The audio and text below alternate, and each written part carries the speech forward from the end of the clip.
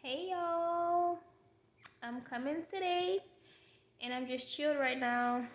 Um, this is more of a reflection. It's kind of an encouragement, but I had been given these words and I had just been sitting on them. And based upon a conversation me and my dad had the other day, I was like, you know what? I need to release this word. Someone out there needs to hear this. They need to do a self reflection, see what kind of changes they need to make um, and it may encourage you. Um, so like me and my mom was talking about this the other day too. So I was like, yeah, I definitely need to share this. So scripture tells us to work wholeheartedly for the Lord and not for man, and that we will reap the reward of an inheritance, right? So like the other day I was telling my mom, I feel like a robot most times. I'm getting up at the same time every morning, getting dressed, getting the kids ready, going to the same place of employment, doing the same job, when it's time to get off, picking up the kids. It's like everything is just routine, like from day to day. Monday through Friday is just the same scheduling, it's just the same, just everything. And every now and then it may, switch up. Like, I might get off and be like, okay, today I'm gonna run to Walmart for a few things or whatever. But point is, I'm still working every day. I'm still punching the clock. Still waiting on time to get off. So um, and excuse the sun that's shining through my window. So it's like your body kind of gets tired, right? You're just like, man, I'm just tired of doing the same thing, whatever. So when this scripture came to mind, I started just reflecting and I was like, you know what? This is true. Like, what are the benefits of working for men? Like, what are you gaining by going to work every day? A paycheck, right? You work for a paycheck. Like, you work to get compensated, to pay bills, to take care of your family, you know, to make it in life, right? That's the whole point. Like, you're not working just to say, well, I want to work.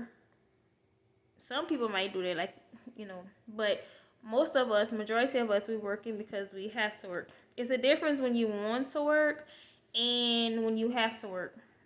Like, your hustle is different. If I just want to work, I might feel as though, man, I don't have to deal with this. I can quit. But when you have to work, you just feel as though, man, I just have to endure the stress. I have to endure, the disrespect, whatever. Um, so basically, you're getting paid for your time. You're clocking in and out. You're getting paid according to how many hours you work per week, right? Um, so yeah, you may have like sick time. You may have PTO. You may have vision insurance, dental insurance, health insurance, a 401k, etc., etc. But think about it. The moment you quit that job, you cannot take those benefits with you, right? You get your job, you get your benefits depending on what job you're on. I can't work this job and quit and say, well, I'm gonna take these benefits with me to my next job. No. Those benefits end once you quit or you're terminated or whatever.